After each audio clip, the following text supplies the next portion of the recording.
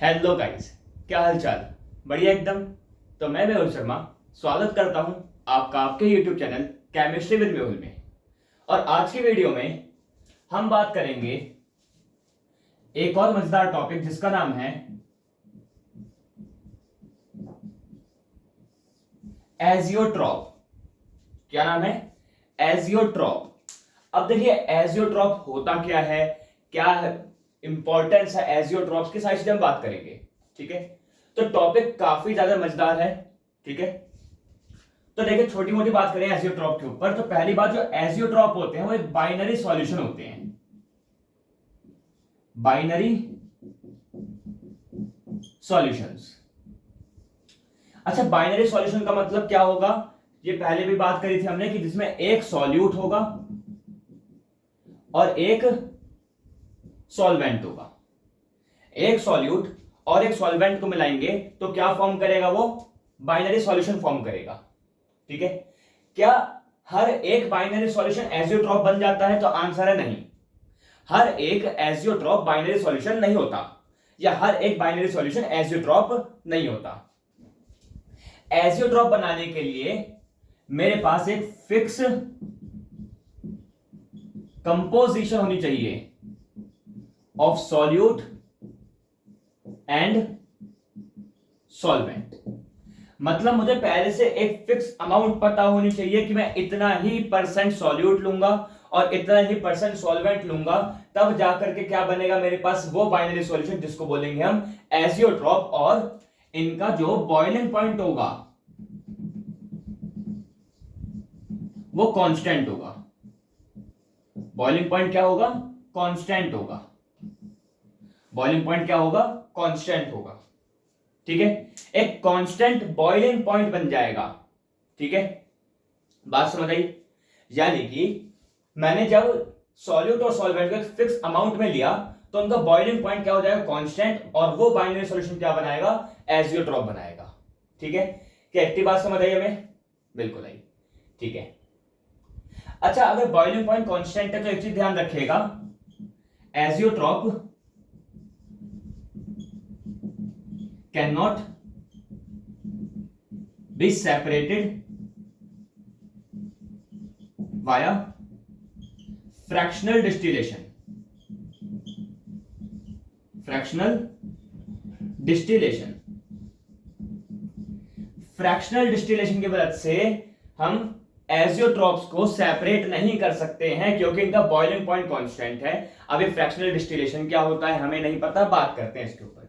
ठीक है, पहले इतना नोट कर लीजिए, फिर हम एजियोट्रॉप के डेफिनेशन देखेंगे और साथ में समझेंगे फ्रैक्शनल डिस्टिलेशन होता क्या है, और एजियोट्रॉप्स के दो पार्ट हैं उसके ऊपर भी बात करेंगे। ठीक है, नोट कर लीजिए पहले ये।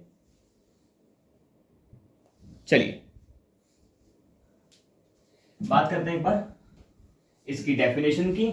ठीक है, और एक दो छोटे मोटे पॉइंट और हैं उसका भी समझते हैं और फिर हम बात करेंगे इसके पार्ट्स के ऊपर। ठीक है, तो एजियोट्रॉप्स क्या होते हैं? They are binary solutions. They are binary solution having fix composition, having fixed composition in liquid and vapor phase that boils at a constant temperature. ठीक है, तो एजियोट्रॉप्स क्या होते हैं? एजियोट्रॉप ऐसे बाइनरी सॉल्यूशन हैं जिनकी फिक्स कंपोजिशन होगी लिक्विड और वेपर फेज के अंदर। यानी कि अगर बात कर लें कि मेरे पास सॉल्यूट प्लस सॉल्वेंट है, सॉल्वेंट ए है, सॉल्यूट बी है, तो मैंने बोला जीटा ऑफ ए जो होगा वो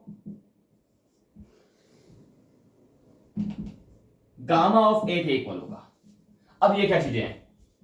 ये जीटा ऑफ ए और गामा ऑफ ए क्या है? देखिए, ये है मोल फ्रैक्शन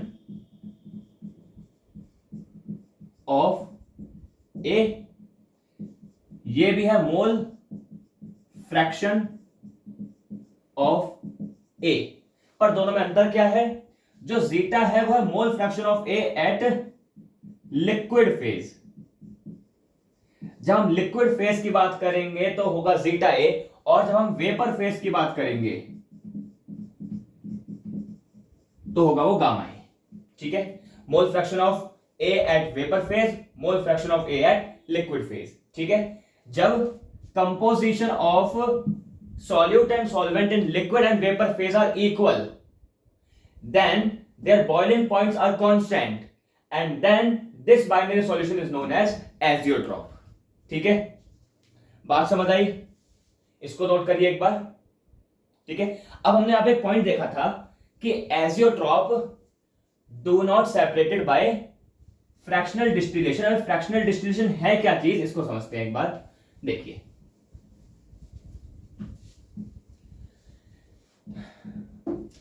देखिए मेरे पास एक कंटेनर है जिसमें एक सॉल्यूशन प्रेजेंट है। ये सॉल्यूशन है मेरे पास वाटर प्लस इथेनॉल का। ठीक है, अब यहां से मैंने ट्यूब पास करी जो कि यहां पे एक, ठीक है, कंटेनर के पास गई। अब क्या हुआ, इसको मैं हीट करना शुरू करूंगा नीचे से। जैसे ही सॉल्यूशन हीट करेगा तो क्या होगा, अब वाटर और इथेनॉल बॉईल करना शुरू करेंगे। ठीक है, अब देखिए वाटर का boiling point 100 degree Celsius, ethanol का boiling point approx 80 degree Celsius. तो अब हम ये जानते हैं कि इथेनॉल जल्दी बॉईल कर जाएगा, इथेनॉल जल्दी बॉईल कर जाएगा। तो जो जल्दी बॉईल करेगा उसके वेपर्स इस ट्यूब के जरिए बाहर जाएंगे और यहां पे आके इकट्ठा हो जाएंगे। तो यानी कि इस कंटेनर में मेरे पास क्या आ गया, इथेनॉल आ गया, और इस कंटेनर में क्या बचा, मेरे पास वाटर बचा। यानी कि मैंने बॉईल करके इस सॉल्यूशन को सेपरेट कर दिया, बॉईल करके सॉल्यूशन को सेपरेट कर दिया, और इसको बोलते हैं फ्रैक्शनल डिस्टिलेशन।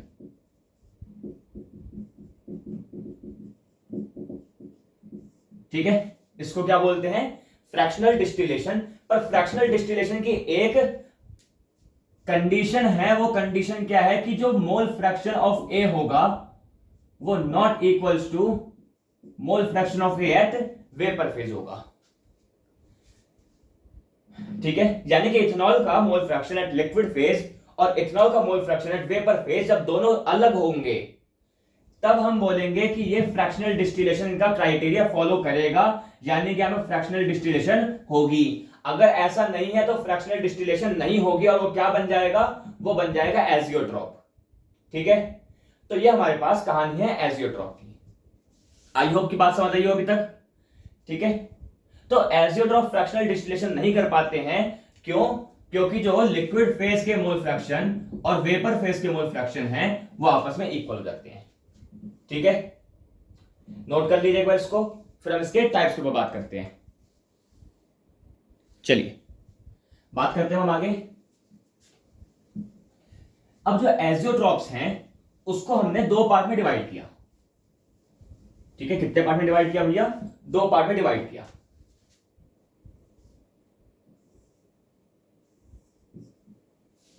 एक है मिनिमम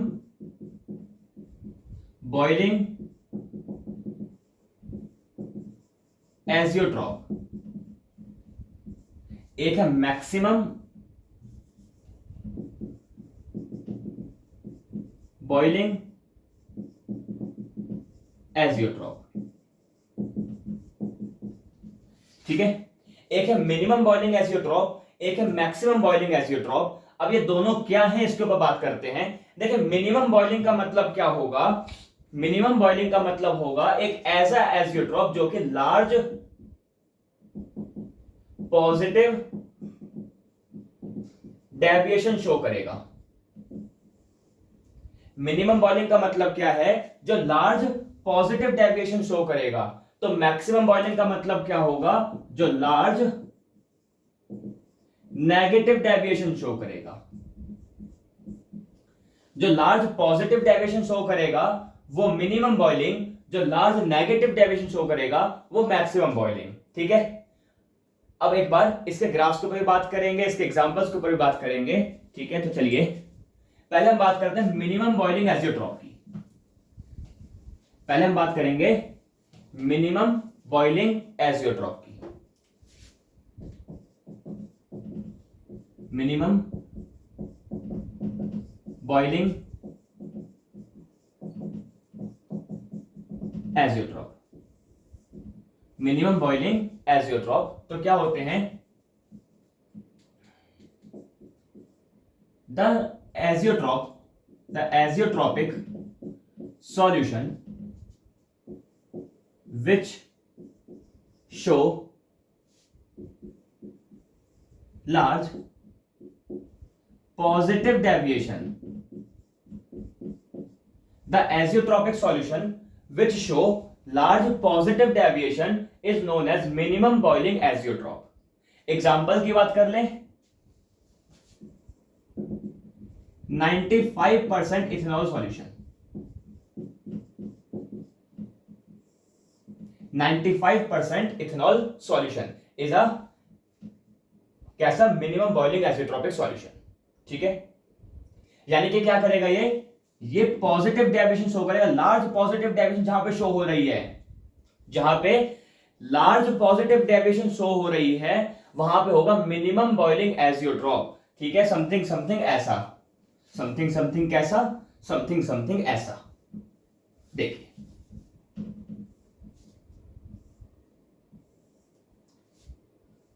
यहां पे जीटा ऑफ C2H5 है जो कि 1 के इक्वल है।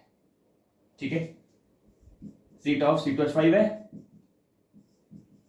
जो कि 0 के इक्वल है। अभी ऐसे करें,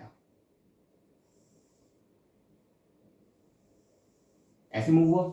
ठीक है,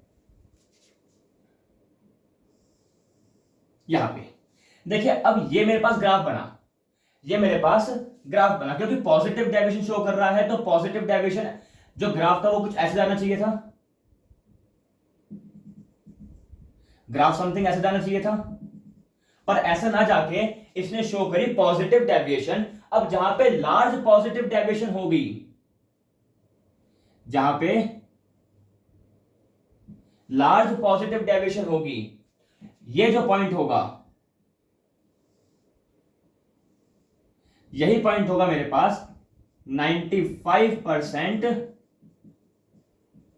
इथेनॉल सॉल्यूशन, जो कि होगा मेरे पास मिनिमम बॉइलिंग एजियोट्रॉप। ठीक है, क्या बात समझ आई? जहां पे लार्ज पॉजिटिव डेविएशन होगा वहां पे होगा मिनिमम बॉइलिंग एजियोट्रॉप। तो ये हमारे पास मिनिमम बॉइलिंग एजियोट्रॉप की कहानी थी, इसको एक बार नोट कर लीजिए। फिर हम बात करेंगे मैक्सिमम बॉइलिंग एजियोट्रॉप की, उसका एग्जांपल देखेंगे, उसका ग्राफ देखेंगे। ठीक है, नोट कर लीजिए। हो गया, चलिए आगे बात करते हैं। और हमारा जो नेक्स्ट टॉपिक है वो है मैक्सिमम बॉइलिंग एजियोट्रॉप। क्या टॉपिक है? Maximum boiling azeotrope. ठीक है, तो चलिए बात करते हैं एक बार।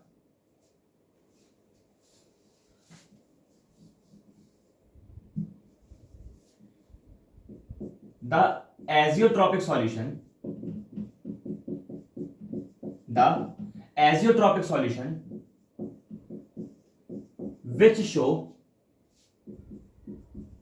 large negative deviation। एक ऐसा एजियोट्रॉपिक सॉल्यूशन जो कि लार्ज नेगेटिव डेविएशन शो कर रहा है वो होगा मैक्सिमम बॉइलिंग एजियोट्रॉप। ठीक है, एग्जांपल की बात कर लें तो है 68% HNO3 सॉल्यूशन, 68% HNO3 सॉल्यूशन। ठीक है, एक बस का भी ग्राफ देख लेते हैं, सेम टू सेम है। देखिए जीटा HNO3, जीटा HNO3, ये 0, ये 1, अब ग्राफ कुछ ऐसे मूव होना चाहिए था, ग्राफ ऐसे जाना चाहिए था, पर यह है नेगेटिव डेविएशन, तो ग्राफ कुछ ऐसा गया, ग्राफ कुछ ऐसा गया, नेगेटिव डेविएशन है ना, ग्राफ कुछ ऐसा गया। ठीक है, अब जहां पे लार्ज नेगेटिव डेविएशन होगी वो होगा मैक्सिमम बॉइलिंग एजियोट्रॉप, यानी कि ये जो पॉइंट है, ये जो पॉइंट है ये है 68% HNO3 सॉल्यूशन, 68% HNO3 सॉल्यूशन, जो कि बनेगा हमारा मैक्सिमम बॉइलिंग एजियोट्रॉप। यह हमारी कहानी है एजियोट्रॉप की। क्या बात समझ आई आपको या नहीं आई? तो एजियोट्रॉप्स क्या हैं? एजियोट्रॉप्स ऐसे सॉल्यूशंस हैं, ऐसे बाइनरी सॉल्यूशंस हैं जिनका लिक्विड फेज का मोल फ्रैक्शन और वेपर फेज का मोल फ्रैक्शन इक्वल होगा, और वो फ्रैक्शनल डिस्टिलेशन से अलग नहीं हो पाएंगे, क्योंकि दोनों का बॉइलिंग पॉइंट क्या हो जाएगा? कांस्टेंट। बॉइलिंग पॉइंट क्या हो जाएगा? कांस्टेंट। तो फ्रैक्शनल डिस्टिलेशन से सेपरेट नहीं हो सकते हैं। और जो एजियोट्रॉप है वो दो पार्ट में डिवाइड है, minimum boiling, maximum boiling. Minimum boiling जो कि लार्ज पॉजिटिव डेविएशन शो करेंगे, जैसे एग्जांपल हमने देखा 95% इथेनॉल सॉल्यूशन। और मैक्सिमम बॉइलिंग क्या होता है? जो लार्ज नेगेटिव डेविएशन शो करेंगे, जिसका एग्जांपल हमने देखा 68% HNO3 सॉल्यूशन। ठीक है, तो एजियोट्रॉप भी एक इंपॉर्टेंट टॉपिक है, जहां से 2 मार्क्स के क्वेश्चंस निकल के आ सकते हैं, एमसीक्यूज निकल के आ सकते हैं बोर्ड्स में। ठीक है, तो इस टॉपिक को भी आप बिल्कुल भी स्किप मत करिएगा, टॉपिक इंपॉर्टेंट है ये वाला। ठीक है, ये टॉपिक बहुत इंपॉर्टेंट है। ठीक, 2 मार्क्स की डेफिनेशन पूछ सकता है, पॉजिटिव नेगेटिव डेविएशंस पूछ सकता है। ठीक है, मिनिमम मैक्सिमम बॉइलिंग पॉइंट पूछ सकता है। ठीक है, इंपॉर्टेंट टॉपिक है काफी। ठीक, तो इसके बिल्कुल मत करिएगा ये टॉपिक को। ठीक, तो हमारी आज की वीडियो यहाँ पे खत्म होती है, जहां पे हमने बात करी एजियोट्रॉप्स की। अब नेक्स्ट वीडियो से हमारा जो इस चैप्टर का मेन न्यूमेरिकल पोर्शन है वो शुरू होगा, जहां से हम बात करने वाले हैं कॉलिगेटिव प्रॉपर्टीज की। अब जो कॉलिगेटिव प्रॉपर्टीज आएंगी उसके साथ बहुत सारे न्यूमेरिकल लेके आएंगी। कॉलिगेटिव प्रॉपर्टी अपने साथ बहुत सारे न्यूमेरिकल लेकर के आएंगी, जो कि इस चैप्टर में 2 मार्क्स में, 3 मार्क्स में, एमसीक्यूज में लगातार पूछे जाती है। ठीक है, तो हम कॉलिगेटिव प्रॉपर्टीज भी पढ़ेंगे और साथ के साथ उसके हम पीवाईक्यूज भी क्वेश्चन करते रहेंगे। ठीक है, तो उम्मीद करता हूं आपको ये एजियोट्रॉप वाला टॉपिक समझ आया होगा। ठीक है, मिलते हैं आपको अगली वीडियो में नए टॉपिक के साथ, तब तक के लिए गुड बाय।